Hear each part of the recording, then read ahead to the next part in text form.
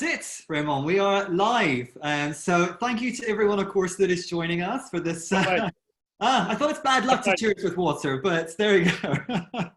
Thank you to, of course, everyone who's joining us for this talk organized by Satopia Travel. My name is Harry McKinley. I'm a journalist, but no one is here to listen to me speak. So allow me to introduce you, as if he needs any introduction, to Chef Raymond Blanc.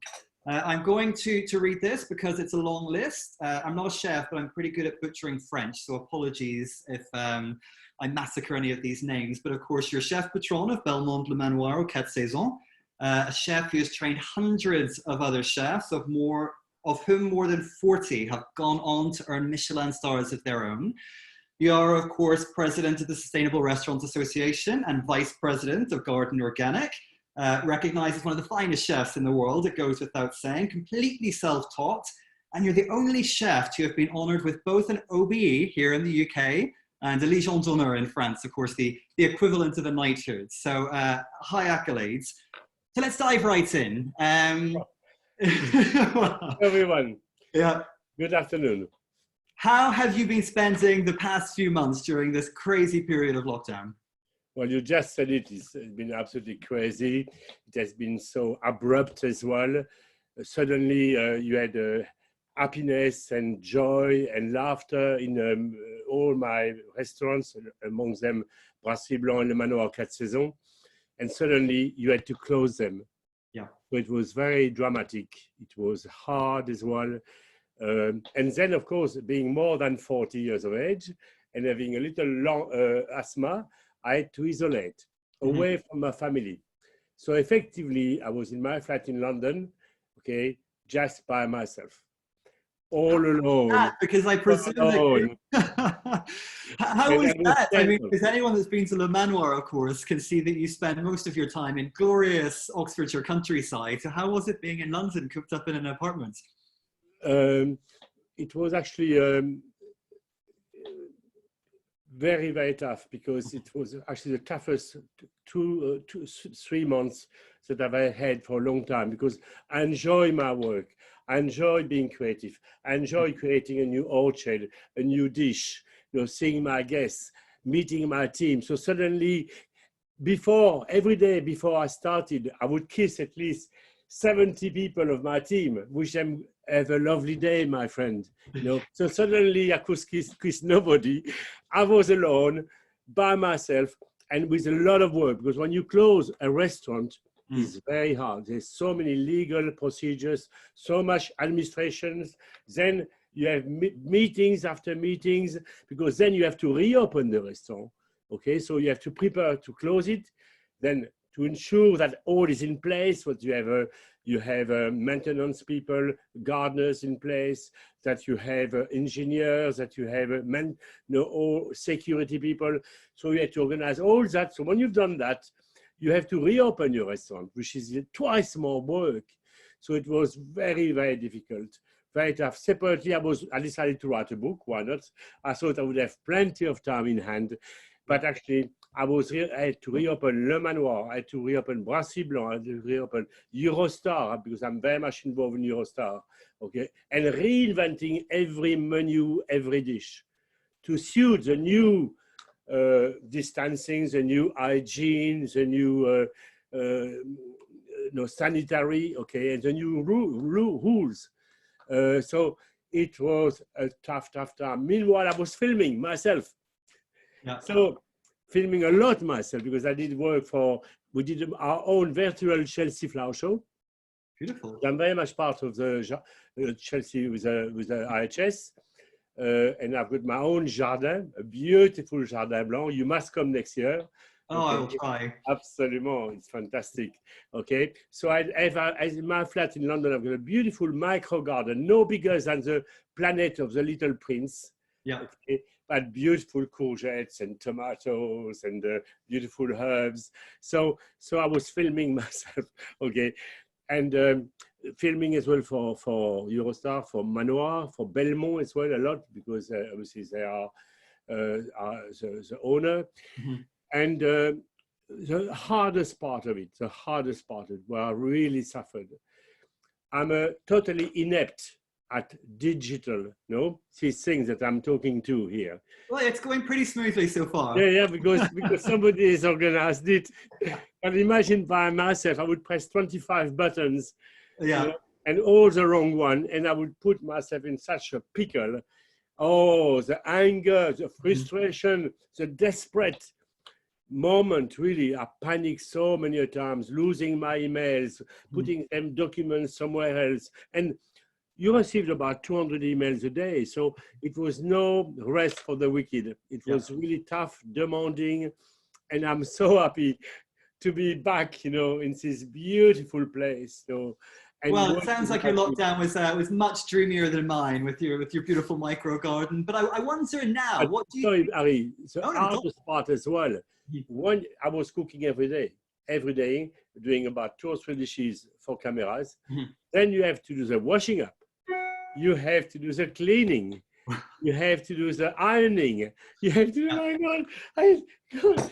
I was really. It was really a tough. Well, that's going to be the takeaway from this interview. I think even Raymond Blanc does the washing up. I'm pretty good at it now. Believe me, best. Yeah. So I wonder then, what do you think are going to be some of the permanent changes from this period? I know that you have some thoughts on what you think is going to be the new shape of the industry, perhaps. Much is going to change. First, I think the consequences are going to be, I believe, going to be horrendous. Immediate consequences. That means we're going to see a lot of business failing, going into administration. We're going to see a lot of employment. That's the direct consequences. But there are some also, I think, very, very good consequences. In so much, I think, as a country, we understand that environment is #1 priority. Luxury is going to become responsible. We are going, and all luxury, whether it is cars, you know, whether it is travel is more difficult. But when you are in a hotel will have to become green. There's going to be a complete reinvention, okay, of our society towards being cleaner, using cleaner energy, etc. It's really exciting. I really also believe that we are going to reinvent our own agriculture.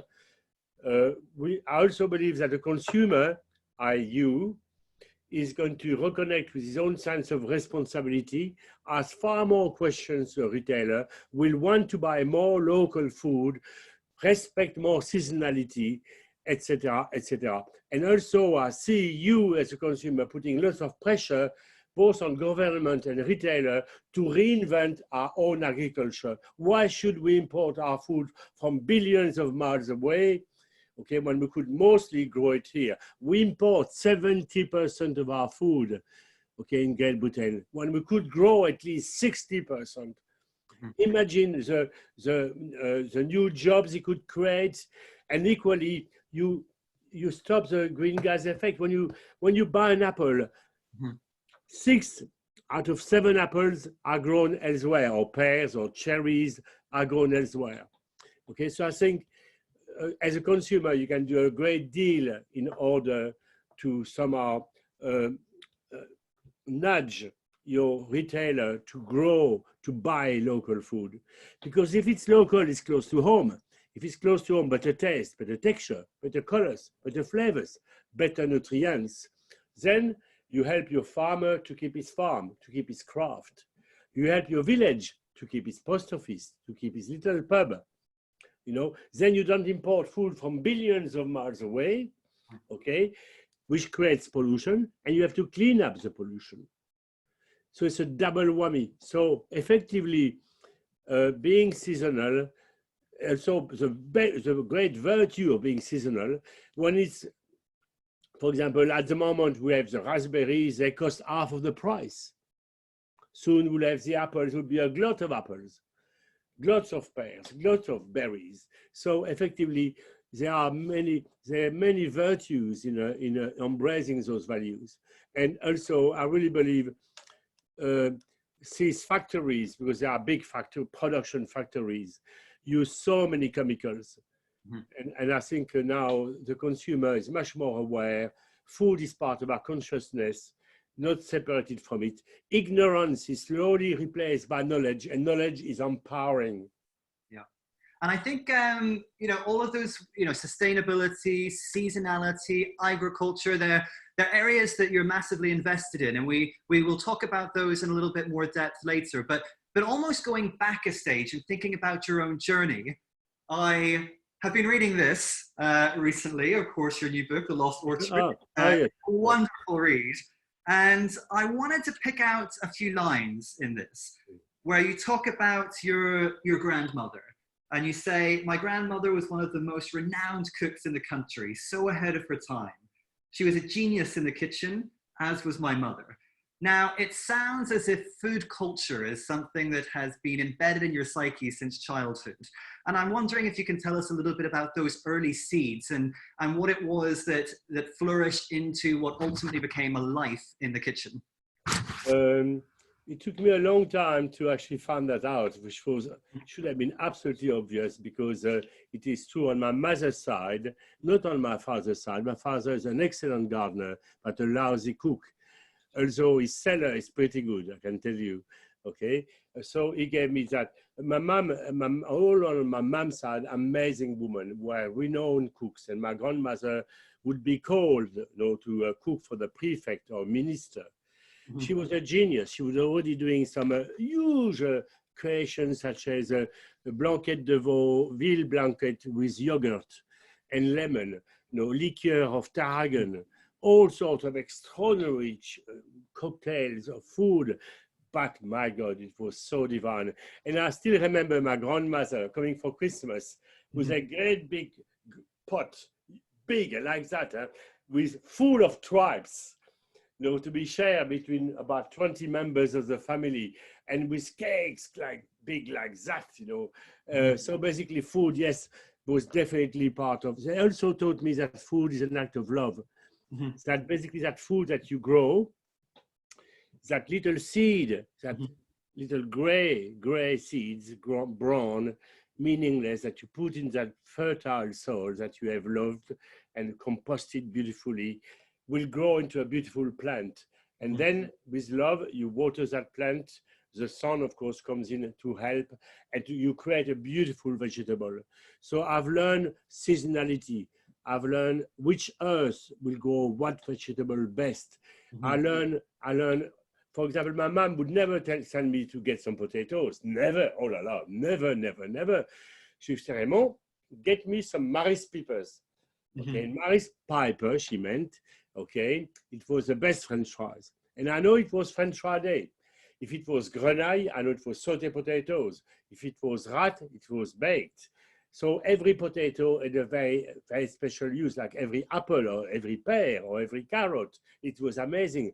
So I understood the deep knowledge of food, you know, and its seasonality, you know, and also then, of course, and I hated it, the garden, because of course, as a kid, my friends were playing football, and I was, you know, just either churning the earth or harvesting tons of peas or beans and put them my mum, and then I would give it to my mum to do a creative act, okay, and bottle them, pickle them, dry them, and do all the magic. And I was watching because the woman, interestingly enough, I was a minion, so to speak. My sister was helping cooking my mum. She had my mum cooking. Men were not meant to cook. Women were meant to be cooking. I had two sisters, so they were helping when I'm cooking. But me, I was preparing. I was killing the rabbit. I was peeling it. I was chopping it up, take the heart, the livers, you know, and she would do the rest. But I would watch, and I learned so much, so much. Okay, about seasonality, about everything. And of course, every Sunday, you would have a table of 20, also with all the cousins, the uncles, the friends. And every Sunday would be an immense celebration of friendship, of celebration, sometimes of arguments. You know, yes, because the French at first, you know, would drink their aperitif, 1 or 2 aperitifs, then the wine would come through and flow. And then the men would start to talk about war, about politics, sometimes about sex. By the time the woman would leave the room and just congregate in the kitchen. And then it was really but really what I learned, what I was given in my home county was not just a garden, because I would be the best hunter-gatherer. We had the biggest forest in the whole of France, okay, in our Franche-Comté. So effectively, we hunted and gathered. I mean, we hunted, obviously, birds, you know, we did a lot of with traps and so on. We gathered strawberries, wild strawberries, raspberries, blackberries, we wild asparagus, all the variety of mushrooms. So I was a rich man by the age of about 14. And I remember the first time that I had an incline that I would become a chef one day, never mind a great chef, is when I was very rich at the age of 14 years of age, because that was the end of the season, the harvesting in the forest. And I sold all my fruit and my vegetables to restaurants and so on. I realized we had all that money, and it was 12 o'clock. And at 12 o'clock, a Frenchman's stomach start to churn around, okay, gastric juices start to run, and suddenly I smell, and divine smell. It was a restaurant, Le Poker d'As. I remember that little street forever. It was different smells that my mom's cooking. It was more layered, richer, more complicated, more different. So I entered the restaurant, feeling all my cash, and had a meal there. And I ordered the things they were cooking. That's what I smelled from outside. It was kidneys, veal kidneys with red wine and rice and vegetables. And I remember these red kidneys forever, simply because the sommelier was very nice, because I was 14, but I looked 12. And I asked for half a bottle of a Gigal Côte du Rhône, okay? And he looked at me, you know, I was so small, and he said, okay, young man. And he had half bottle of, I could have turned an alcoholic actually, but I didn't. But basically I understood the connection with wine and food, okay? And really that day was really an important day, because that's when I realized, yes, food really was really exciting, you know, food was really exciting. Even by myself, it was really, and that sommelier was so sympathetic, you know. He drank half of my wine, thank God. But it was a lovely discovery about a different form of cooking, because my mom is about, she never used stock, water, that's all, okay, never. And out of this water, if you see, smell, and tasted all the extraordinary flavor she's able to extract, she's a magician, simple as that. And that's so she taught me all these values of seasonality, varietals. Okay, that the table is the most important part of the house. That's why you gather, you argue, you celebrate a special moment in one's life. It's really a family time. So well, being Northern Irish, you don't need to tell me about the importance of picking a good potato. But speaking of seasonality, then, which I know is a cause that is very close to your heart. Of course, when we think about food in a seasonal way, it's not just environmentally positive, but of course it also makes us consider shopping local, which will help support many of the small businesses right now that really need our help. So I'm wondering if you can talk a little bit more about seasonality, and perhaps how someone watching today can engage more with seasonality in terms of how and where they buy their produce, or even if eating out, some of the questions that they should be asking of the restaurants. Well, obviously, I think I'm qualified to speak about seasonality, because I worship them. That's what the gift that my parents gave me. That's the one I give to my young chefs, British chefs, most of the time. Okay, about that, if it's seasonal, you know, it's so crucial. There's every dish in the Manoir. Obviously now most of the vegetables come from our garden. We've got 150 varieties of vegetables, okay, outside. Okay, we have an orchard of 2,500 trees. Okay, all from you know, most of them from Britain. Okay, these very varieties that we have lost.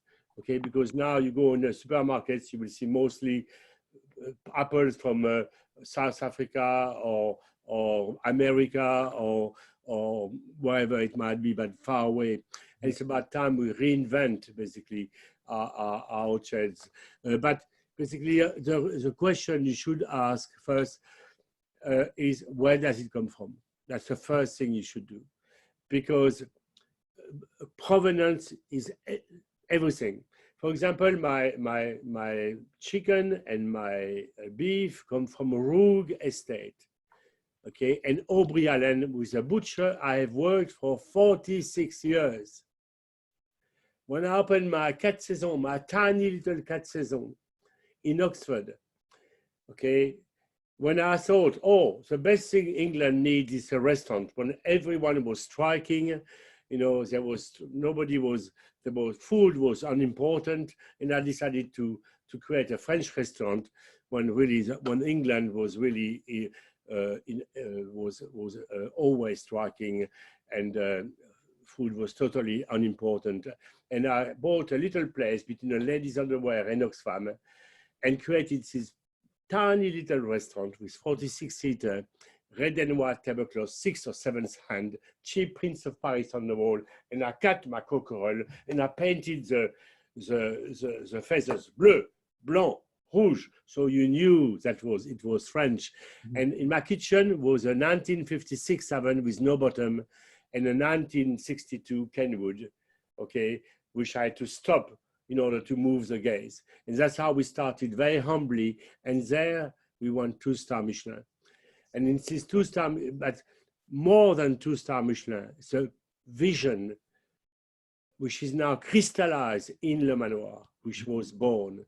And this vision was born on community, on craft, on teaching, passing on your knowledge to the young. Okay, also I was totally self-taught. I was already a teacher. Okay, and of course I had to learn myself how to stay in business. I had to learn myself, you know, everything, plumbery. I had to learn finance. I had to learn teaching, and all HR, etc. And you have to do absolutely everything in a small business. So that's there we want all of our values. And of course it was called the season, 4 seasons. So I think important, provenance is crucially important. Is it organic or is it a product which has got an assurance scheme? It's important because it's organic, no chemicals. Mm-hmm. Okay, and of course if it's inorganic, you know, apples, these beautiful apples, okay, which has been designed by a marketer, okay, which looks very beautiful, but it's full of chemicals. It has been sprayed maybe 60 or 70 times, okay, with everything, pesticide, fertilizers, herbicide, germicide, all these cocktail, and of course sulfate, copper, you know, and all that goes into the ground, that goes in the rivers, that goes in the air, okay? And we wonder why there's so many cancers today, okay? So food is very much part of our health. It's very much part of our community. It connects with everything. Food connects with everything. Whereas before, it was separated from everything. Mm-hmm. So I think the modern guest now understand that and understands that food is also about health. You know, years ago, this Frenchman, I think it was Bria de Savarin, said, and of course my British friends couldn't quite understand, he said, you are what you eat. And of course, my English friend thought, oh, my little belly, all I earn is for you. No, no, no, no. He didn't mean that. You are what you eat. I mean, if you start eating for example, some carbohydrates which are not refined, which don't have any chemicals, which don't have any coloring, which don't have any sweetener inside, mm-hmm. you're more likely to be in good health and not, okay? So the selection of what you buy is very important, both in a supermarket or in a restaurant. And you need to ask, for example, that fish, is it farmed? Or is it rod caught? Or is it caught? So effectively, you have my scallops. Is it dredged? If it's dredged, what does it mean? A dredged scallop, it's a boat, okay, which somehow rake all the bottom of the sea and collect the scallops, both juvenile and adult, which means effectively that you kill the entire population, okay, in the bottom of that sea, and of course you pick up young fish, young scallops who should never have the time to grow. Okay, so that's very dangerous for biodiversity and also for the future. So if you hand dive your scallop, of course it's more expensive, but you only pick up the old scallop, okay, which has done its job, okay, of reproduction, okay, and of course will be sweet and delicious, but of course it will be more expensive.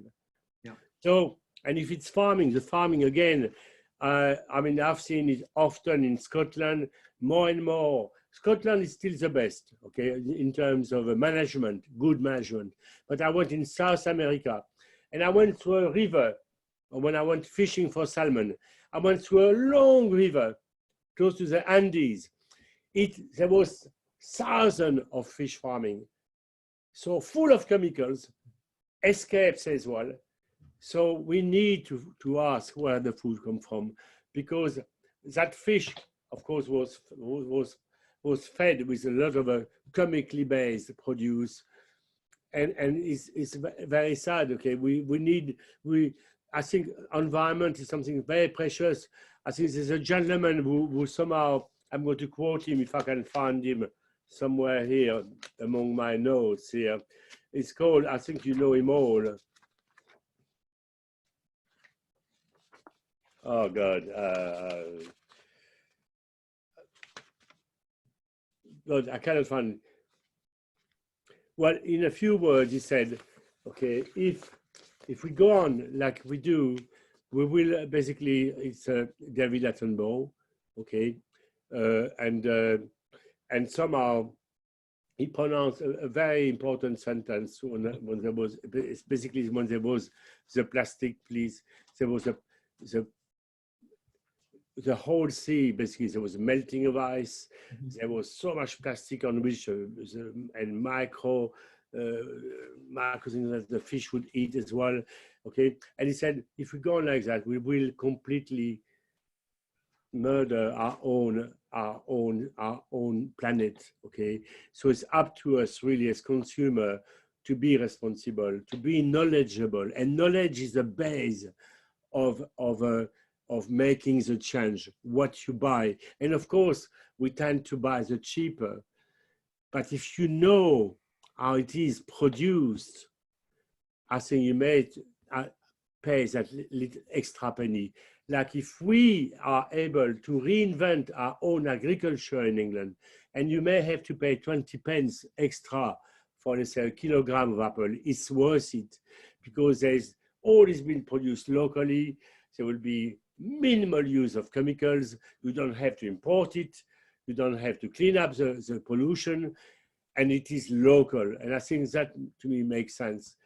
I'm a Frenchman, and I always promote British values. Why? Because I live in Britain. If I was living in France, I would promote French food. Mm. But because I'm in England, I promote very, very strongly, all the British values, and to my young apprentice, okay, all the time, okay, it's about the purity, the nobility of the produce, the freshness. And of course, then after don't murder it through cooking.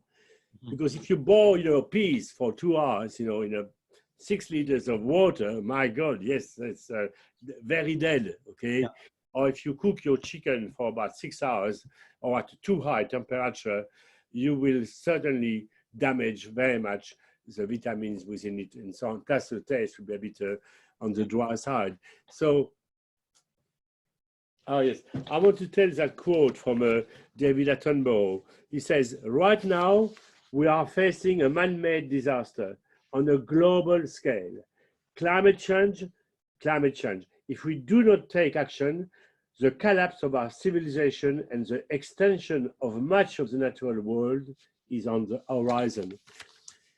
It sounds a cataclysm. It sounds, but you've got to remember that man is pure. That man has no political agenda.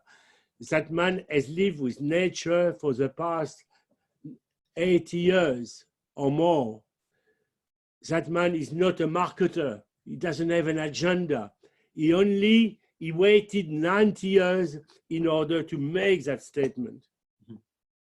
And that for that reason, that man you can believe. And it's still time, but we have really now to change our habits, not to go for the cheapest, because behind the cheapest, whether it is clothes, you have some terrible stories behind it. And for example, if you buy clothes, very often the coloring will not be biodegradable. It will go in the river, it will go in the sea, it will go on to pollute everything. And of course, then it's not biodegradable. Effectively, it lives forever. So I see. There's one thing to buy your produce, and then it's a whole other thing to grow it yourself. I know that that's something obviously you're highly involved with at Le Manoir, but I wonder what advice you might have for people out there or people watching that maybe want to get involved with growing their own produce. Oh, it's the most rewarding thing, okay, to grow your own food. And whether you have a flat, even a windowsill, you can actually have, plant a few seeds, okay, let's say spinach or chive, and in 2 weeks they will be germinating. And in 4 weeks, you'll have proper chive. It's amazing, it's magical. And teach your child as well. Teach your child, okay, the magic. You take that little brown seed, okay, so boring, horrible, nasty, and you put it in the good compost. And suddenly you see that little germinate thing, no bigger than that infant, which grows into a beautiful herb, a beautiful basilic, and it is so easy. So you can start by herbs because they are the easiest. Then you move on to carrots, to beetroots, to parsnips, to all sorts of root vegetables. And of course, if you've got a garden outdoor, a little raised bed is so easy. It's fun to make, okay, and very rewarding in terms of food you're going to grow. And of course, a fantastic educative thing for your child. And I think children need to reconnect with these values of where our food comes from. A rabbit doesn't come, in a package of plastic. It is grown somewhere. Mm-hmm. So it's about reconnecting about food. So growing food is very, very easy. And so you can have either raised bed or even inside your own home on a windowsill, south facing. But you have to work a little bit. You have to prepare the raised bed. You have to do the good compost, okay?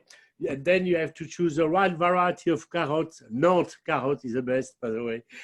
It's true. I've tried them all. Because whenever we grow something, we try always at least minimum 10 or 15 varieties. Once I did a trial of chilies, of 40 chilies.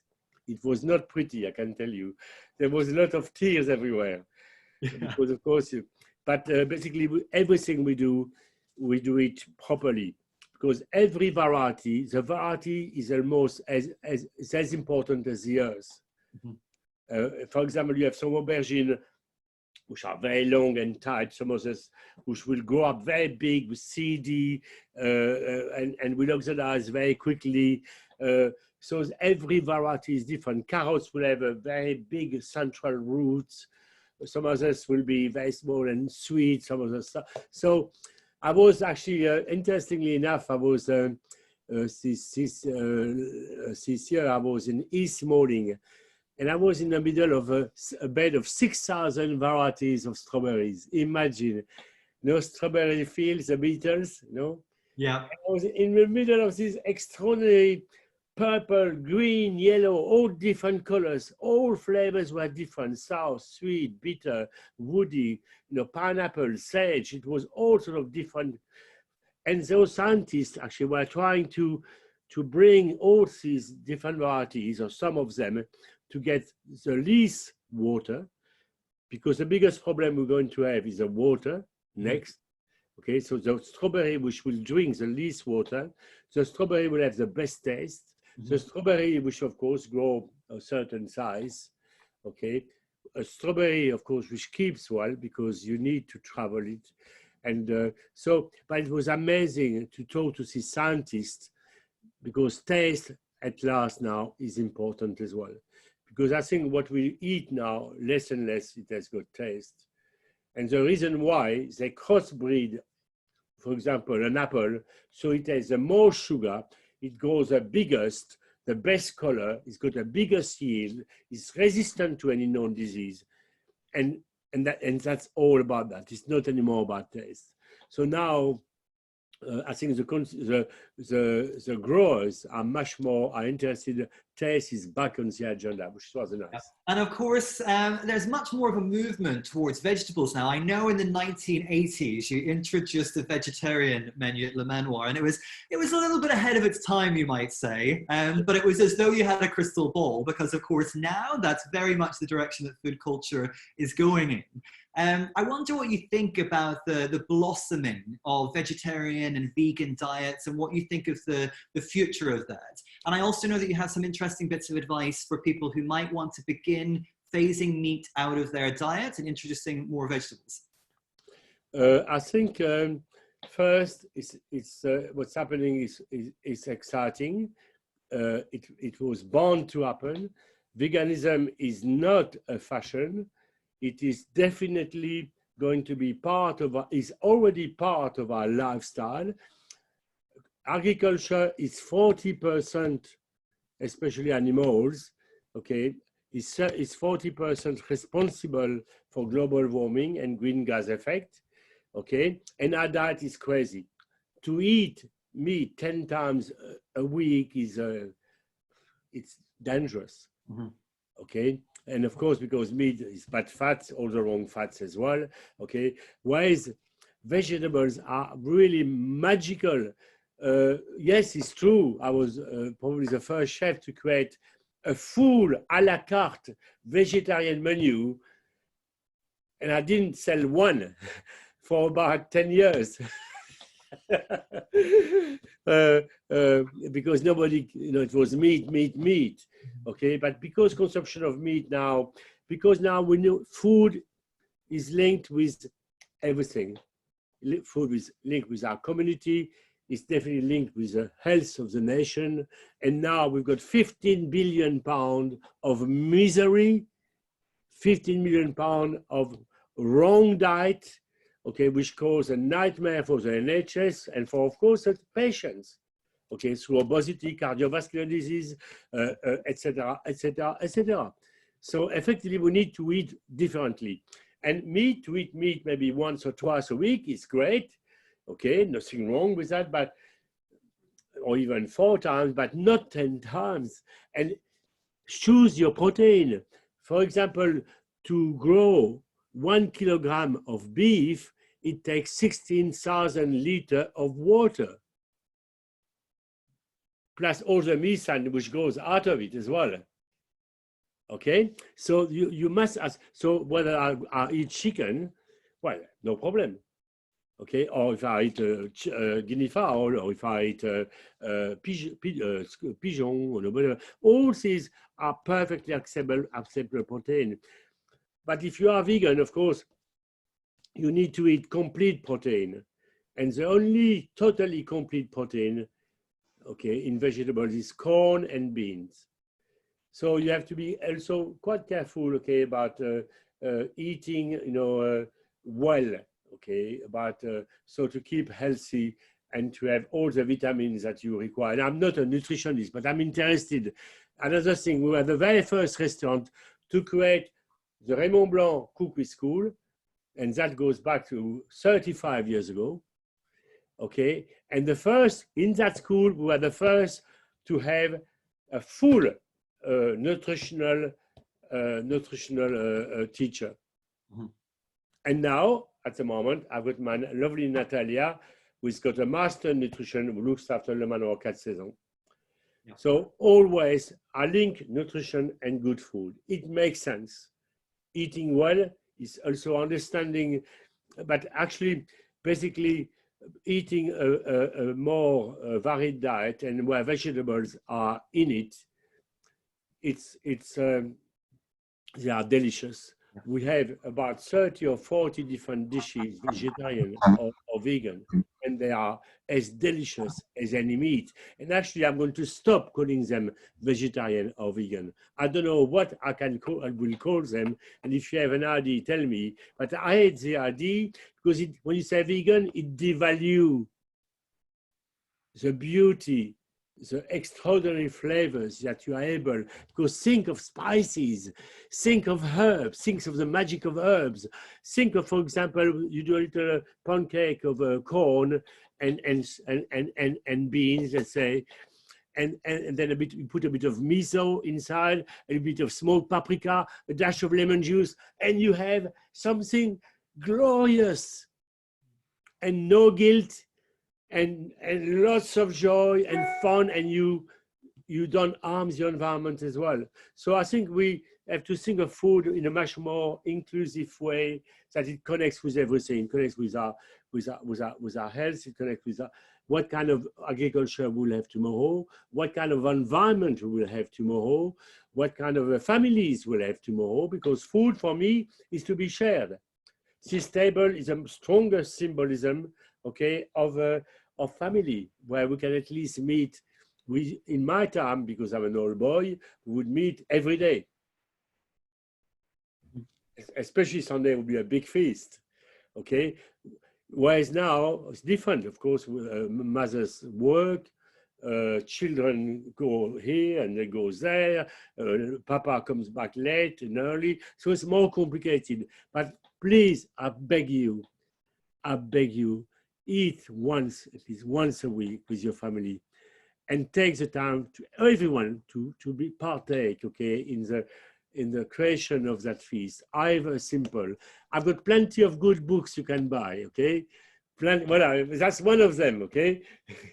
You know, we talk about Le Manoir as a restaurant of firsts, and you've done amazing work. I know that you have a big interest in apples and pears, which might confuse some of the Cockneys listening, of course. But there's a quote here that I think is lovely, and it's the house that my grandparents lived in by the chateau was very simple, with no heating, just a fire, water drawn from the well. But the extensive orchard gave them so many riches. Now, at Le Manoir, of course, you have been bringing back these heritage varieties. It's really extensive what you've done there. And I'm wondering if you can tell us a little bit more about that project with Le Manoir and the orchards. It is, no? That's all my apple varieties. Forget about the cherries, the pears, all very rare. And there's pages, there's about 200 varieties we are growing, all very rare, mostly British varieties, which this orchard used to color our villages, our communities, and so on. And now they have gone. They have gone because we want to buy cheap food, and we are prepared to lose our heritage to import from billions of miles this food, okay, which actually has lost so much of its nutrition, creates pollution. So that's another good reason why we need to regrow our orchard, regrow our own agriculture, our own food. It makes sense. It really makes sense. And when I go to supermarkets and I see one English pear or one English cherry out of 10 other fruits which come from millions of miles away, it saddens me. And this orchard basically was, it took me 7 years to plan it, okay, and 2 years to create it with amazing professional. I had the IHS helping me, I had Broxdale Garden helping me, I had the East Morning, which is the greatest science center. We produce, and nobody knows that, all the great European varieties of vegetables and fruit, okay? So I think there's so much. So I lose my rags here. So I've just got started lost into my apples, you know, but there's too many apples. But I think this apple was really, it tells this orchard, my orchard, I wanted to tell you, pass a message that this orchard is really an imagery of what we could reinvent, okay, into each of our villages. and to buy more British local food. And it's a Frenchman who tells you that. And from the bottom of my heart. And there are here some extraordinary varieties. There are 3 reasons why I made this orchard. The first one, I had an apple tasting with the Royal Horticultural Society at Le Manoir. And I found an apple, the Cox Orange Pipin. And I had an apple experience like I've never had. Not even a French apple could beat that extraordinary apple. And it baked well. It did some marvelous tarte Raymond Blanc. It is a beautiful, you could cook it, you bake it, puree it. It was unbelievable. But it's not commercial because it's too small. Yeah. See? And it doesn't keep as well. So what we want is, you know, what we do now, the way we buy apples, all these apples are bought, they are grown thousands of miles away. They picked a little bit unripe. They put into chambers with CO2 inside and deprive of oxygen. So to stop any ripening process. But what's happening? And then they're kept for up to a year in these huge chambers, okay, where basically what's happening, there's lots of moisture going out, okay, they taste of nothing. Whereas you take them out a year after, they're deprived of so many nutrients, so much flavor. They've lost the magic of eating an apple in season. Okay, so I think the idea, well, that's the reason why I did that orchard. The second reason, I went in France, and I went to Monsieur Delba, and I saw an orchard there, which was divine, and he's a master. He grows roses and he grows the most wonderful pears and apples. Then I went to in France, at Versailles, to see the Jardin du Roi, and you must all go and see. Run in Paris, take the Eurostar, directly go to Versailles. And Versailles in itself is a gem, but the Jardin du Roi is exceptional because it grows the best trees, all sort of different shape, you know, there's columns, there's a palmier, palmette, double palmette, espalier. So it's very art. And those pears, these fruits are big and really, I wanted to introduce in my orchard an idea of design. So that stayed with me. But the real reason why I did this 2,500 strong orchard is I went to Pear Show in Havesham, and I saw something terrible. I saw maybe 1,000 trees of plums, of apples, of all sorts of fruits, falling, rotting. It was a cemetery of fruit, unpicked, simply because our orchards couldn't compete with the cheaper varieties from elsewhere. And I say, if you think of all the food which is imported and the cost of pollution, all the chemistry which goes into the food it is produced, these 50 or 60 spraying, the chemicals injected in this fruit as well, then keeping it for 6 months in this, you lose so much nutrients. Whereas if we were to relearn how to eat seasonally and rediscover the magic of eating, waiting for that wonderful strawberry late June, okay, according to where you live, late June or early July, it's worth it. And because in Great Britain now, we've got some exceptional varieties. Yeah. So I think the takeaway is we don't want our food to travel, but of course, many of us would quite like to travel again right now. And it's a good time to mention that, of course, with Satopia, you were due to take part in an incredible hosted experience up to Allerdale in Scotland, and an incredible resort, of course, that has some pretty weighty sustainability credentials. So on the subject of travel, can you think of a food experience that you've had with travel that has stayed with you, and why you think travel is so important for people? One was in Scotland, and you may say it's not far away, but it was an interesting experience because I was filming for the BBC and I had a broken leg. And I was put onto a boat okay? And it was a bit stormy. So I roped myself in the corner of the boat so I couldn't slide. And we're crab fishing, you know, with how do you call that, the creel thrown and sliding at high speed into the sea. So the weather, so when we went to the boat, it was okay, it was easy. But when we came back, there was 6 meters, the tide, very strong tide. And I had to go up a ladder of cast iron, and I couldn't, of course. So they hoisted me, okay, like a big lobster, okay, 7 meters height, okay, hooked, okay, to safety. And then we went raspberry picking. And that I will remember all my life, because I couldn't believe that in September, late September, raspberries could grow anywhere. But in Scotland, they grew. And it was incredible because there was a strong wind. And we saw this big field of raspberries and the cane bending, you know, and this red ruby fruit, big, fat, hanging, you know, on this cane, bending under the wind.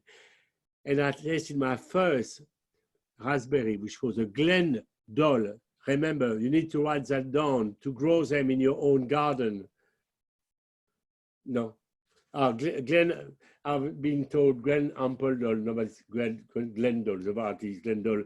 You can call it Glen. I had my sister, no, Raymond, it's Glen Ampledale. So they're not going to kill me for it. It's all right. But thank you very much indeed. Again, okay, so Glendale variety. And it was unbelievable. Why? Because it was late September and there was a slow growing, a slow sugar build-up where the fruit was, I've never had such a fruit experience in my life. The only food experience like that I had in my life.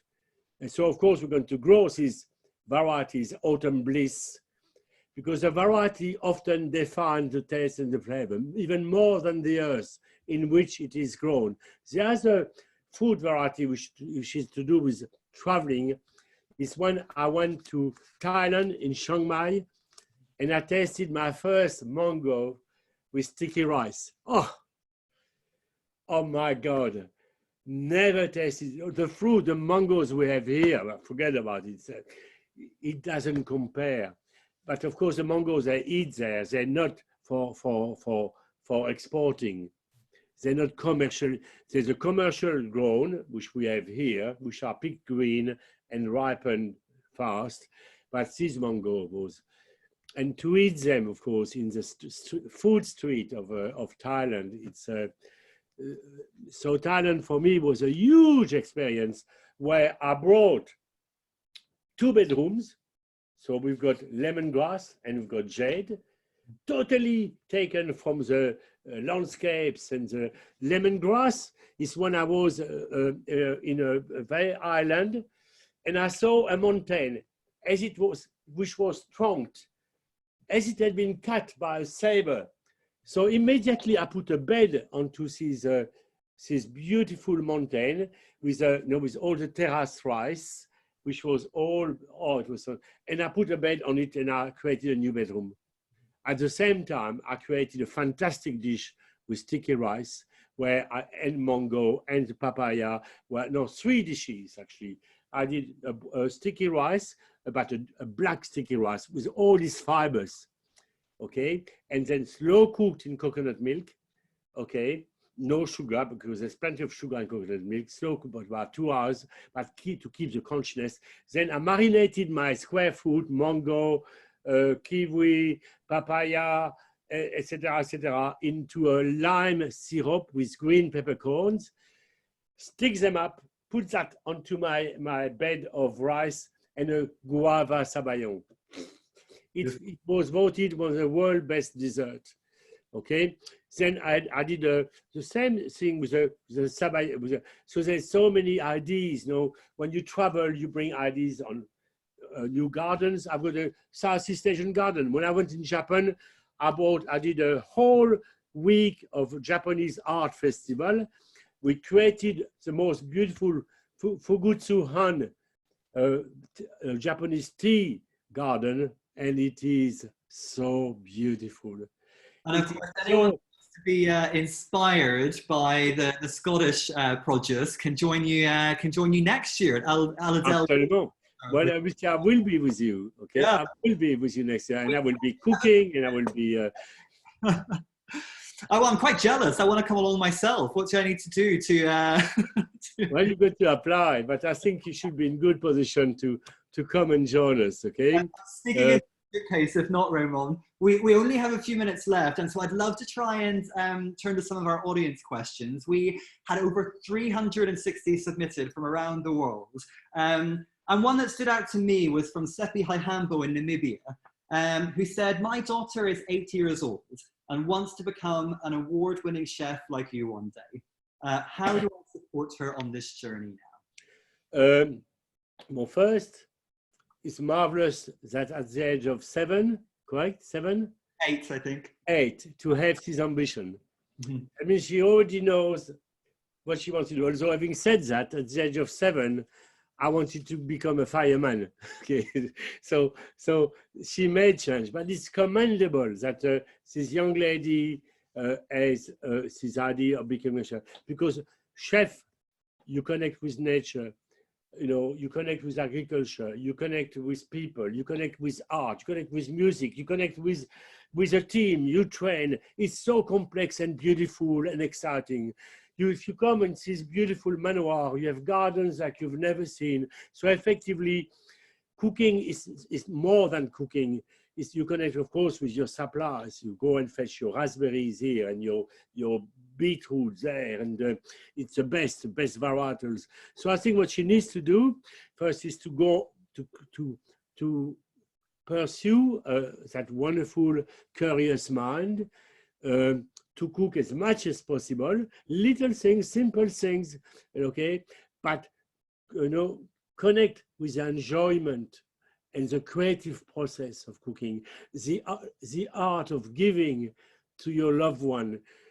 That itself, she will love cuisine, whether it is bakery or cooking meat or vegetables, whatever it might be. This creative process is amazing. It's magical, and of course, food is magical, because imagine when you see, you put a bit of crème pâtissière, you whip some egg white, you put them together, and then you have got this extraordinary soufflé. Find out why your soufflé rise. You know, that means understanding why as well. I mean, not only create, but when you understand, you're in control. When you're in control, I wouldn't say nothing can go wrong, but less is likely to go wrong. So, and come at the Manoir and bring your parents, or come at Brasserie Blanc or at the Manoir, and come and see us, because I was the first chef to actively welcome children, okay, at the Manoir. And I tell you a big story, quick one. Huh? The first thing I would do, because people never brought their children in restaurants, my little one, I would sit down like that, I would kneel down, and I say, my little one, you know what? My name is Raymond. What's yours? Immediately make contact. You know what? You will have 2 desserts. Your restaurant, your parents, 1. You 2. And I take you in the kitchen later, and you choose your dessert. Wow. Made a friend immediately. We never had a problem, okay, ever with children. Yeah. Because we actively welcome them. We make them feel important. So you little one, come at the Manoir one of those days and let me know. Oh, what an invitation. I don't think she can turn that one down. So I think this is a lovely one to end on. It's not a question, just a statement from Angela Adjoang in Malta, who said, "I don't have a question, but I'd like to thank Chef Raymond Blanc for being such an inspiration ever since I found out that he was self-taught." So I think that that's a lovely note to end on. And of course, we could have talked for hours, I'm sure. An hour is never quite enough, but a massive thank you for joining us, for Satopia, of course, for organizing, and to everyone that has been watching along. Thank you so much. And some of you, I hope to see you in Aladel very, very soon. À très bientôt. Au revoir. Merci.